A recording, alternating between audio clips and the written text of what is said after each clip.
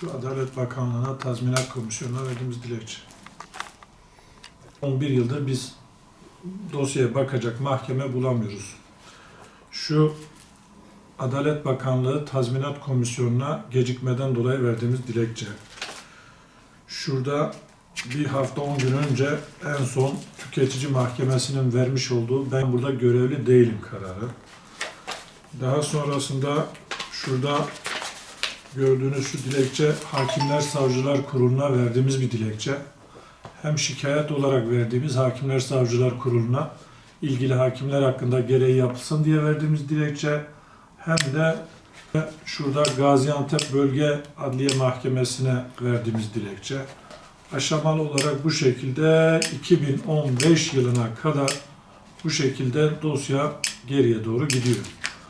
En son tekrardan bir görevsizlik verildi ve şu anda tekrar dosya görevli mahkeme bulunsun diye Gaziantep'e bir daha gidecek. Ve 11 yıl oldu, hala görevli mahkemeyi tespit edemedik.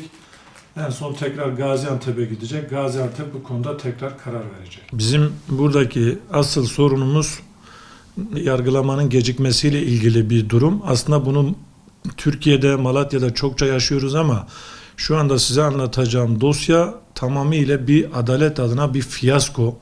Çok sıkıntılı bir süreçte olduğumuzu gösteren bir dosya.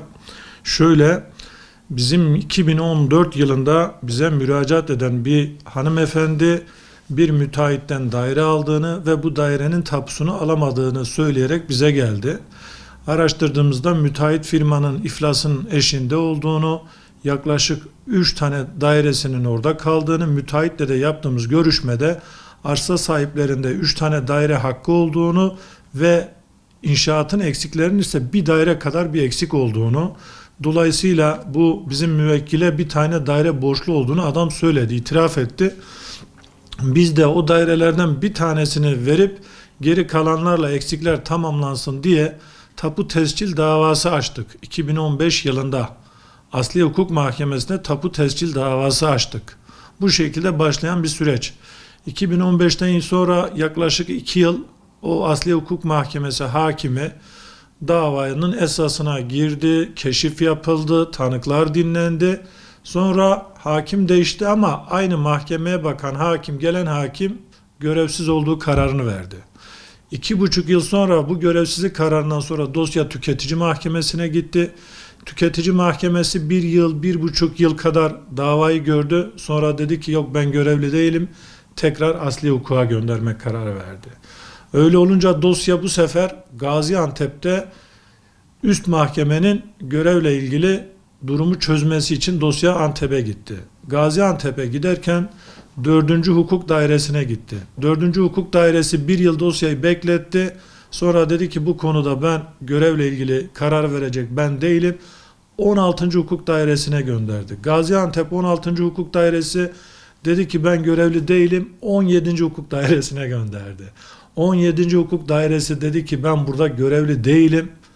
Öyle de deyince bu sefer Gaziantep'te daireler arasında bir görev mevzusunu çözecek daire bulunmayınca Gaziantep Bölge Adliye Mahkemesi Başkanlar Kurulu'na dosya gitti ve Başkanlar Kurulu 17. Hukuk Dairesi'nin bu görev sorununu çözmesine karar verdi. Bu söylediğimiz Antep süreci de 3 yılda böyle sürdü. 3-4 yıl sonrasında Gaziantep 17. Hukuk Dairesi dedi ki hayır, burada tüketici mahkemesi görevlidir. Ve dosyayı tekrar tüketici mahkemesine buraya gönderdi. Tüketici mahkemesi yaklaşık 1 yıldır dosyaya bakmadı, çözemedi, bilmem şu bu falan filan derken, halbuki dosyada keşif yapılmış, tanıklar dinlenmiş, her şeyin sonuna gelmişken 3-4 sayfalık bir kararla dosya çözüleceğine 13 sayfalık bir görevsizlik kararı verdi. Ve dedi ki ilk bu dosyaya bakan, esasına giren Asliye Hukuk Mahkemesi olduğu için tekrar Asliye Hukuk bakacak. Ben tekrar yine de bakmıyorum dedi. Gaziantep 17. Hukuk Dairesi'nin kararına rağmen tüketici mahkemesi dedi ben bakmayacağım. Tekrar görevsizlik verdi. Ve görevsizlikle bundan 2 ay önce tekrar dosya Asliye Hukuk Mahkemesi'ne geldi. Asliye Hukuk Mahkemesi hakimi de Gaziantep Bölge Adliye Mahkemesi tüketiciyi görevli kıldığı için üst mahkemenin kararına uyulması gerekiyor diye ben de bakmıyorum dedi ve tekrar dosyanın Gaziantep'e gönderilmesine karar verdi. Başlangıç tarihimiz 16 Nisan 2015, 11 yıl olmuş ve 11 yıldır benim bu dosyaya bakacak bir mahkeme bulamadık. Ve şu anda 11 yıldır dosyaya bakacak mahkeme bulamıyoruz. Tekrar Antep'e gidecek, tekrar Antep karar verdi, geldi 2 yıl daha sürecek. Ondan sonra bakacak mahkeme bulduktan sonra tekrar işin esasına girildi, dava görüldü falan 5 yıl. O dava çözüldükten sonra karşı taraf ya da biz istinaf esastan davanın esasıyla ilgili istinafa gitti, Yargıtay'a gitti 5 yıl, 22 yıl, 23 yıl hatta 25 yıl sürecek bir süreç. Bu şekilde ben hala davama 11 yıldır bakacak mahkeme bulamıyorum ve çaresiziz. Yani böyle bir hukuk çaresizliğinin içindeyiz ve bu durumdan dolayı da Adalet Bakanlığı'na müracaatımız oldu, bulunamıyor diye.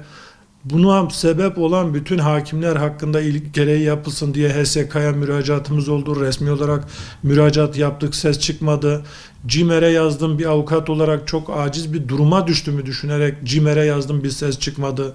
Adalet Bakanlığı gecikmeden dolayı tazminat komisyonuna müracaatı yaptık, bekliyoruz.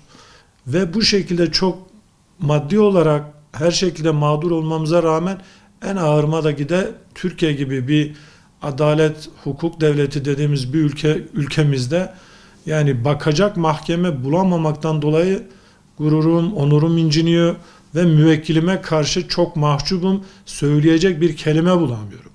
Bundan dolayı da çok sıkıntılı bir durumdayız. Dosyama bakacak mahkeme arıyorum.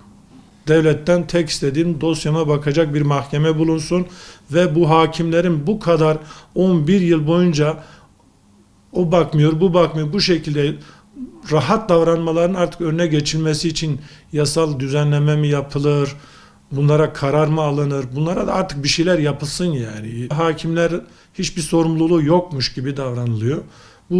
Bu tamamıyla adaleti kilitliyor ve hiçbir şekilde adalette ilerleme olmuyor.